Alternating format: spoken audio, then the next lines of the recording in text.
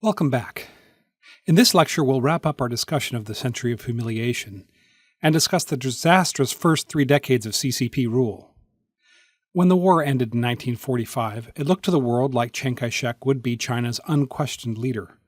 He had the Allies' support, had personally participated in the December 1943 Cairo Conference with Franklin Roosevelt and Winston Churchill, which called for the unconditional surrender of Japan and the return of Chinese possessions, and had the largest number of troops in China under his command. What Chiang Kai-Shek didn't have, largely unbeknownst to the West, was the support of the Chinese people.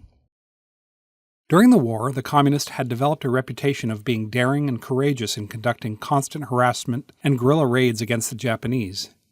The KMT, although they took heavy losses, were reluctant to engage the enemy. Many of these dynamics are captured in the marvelous Barbara Tuchman book Stillwell and the American Experience in China, about Chiang Kai-Shek's Allied Chief of Staff, General Joe Stillwell. To put it in an American perspective, the Communists were like General Ulysses S. Grant, scrappy and willing to fight and win even at a heavy cost. The Nationalists were like General McClellan. They looked nice, but were reluctant to take losses or press their advantage when they had it. The Communists had built a reputation as excellent guerrilla fighters against the Japanese and seemed more committed to the nation than the Nationalists. In addition, the Chinese people saw them as less corrupt, and they had a very attractive land reform policy, which promised to break the power of landlords and won them tremendous support from the peasants.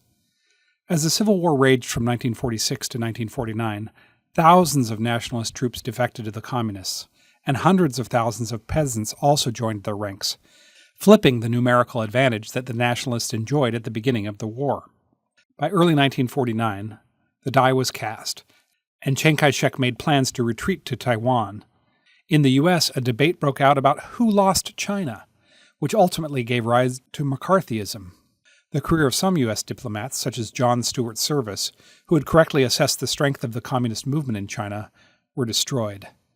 The best answer to the question who lost China was perhaps given by Barbara Tuchman. China was a problem for which there was no American solution. The American effort to sustain the status quo could not supply an outworn government with strength and stability or popular support. It could not hold up a husk nor long delay the cyclical passing of the mandate of heaven. In the end, China went her own way as if the Americans had never come. We've spent a lot of time on the Century of Humiliation, but that's because it remains highly relevant to China's current worldview.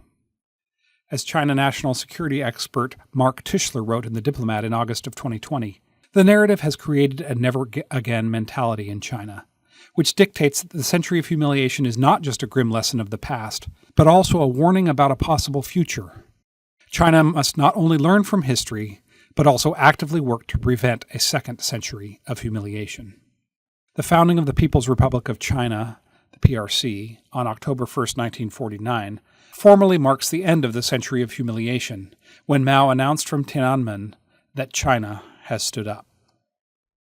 Mao succeeded at eliminating Western influence inside China, but not foreign influence entirely, as he was inspired by Joseph Stalin and tried to emulate him for the first few years of the PRC's founding. Mao engaged in a series of disastrous policy that resulted in as much or more pain for China than it had endured in the war years. In the 1950s, forced land reform, counter-revolutionary roundups, and the anti-rightist campaign resulted in 6 to 10 million deaths and saw many intellectuals, civil servants, and religious figures sentenced to lengthy prison terms.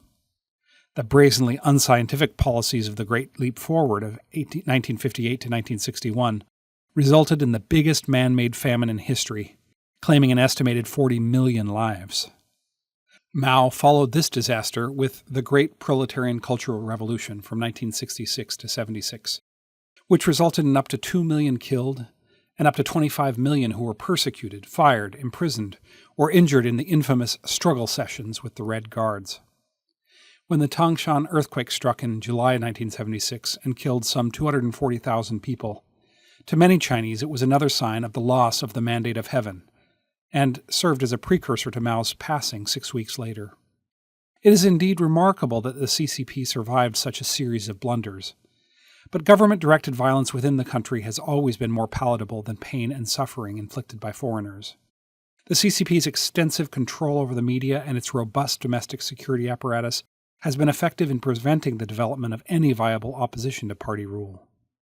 Now, all that is to say that even though the PRC claims the humiliation ended in 1949, widespread suffering of the Chinese people did not end until 1978.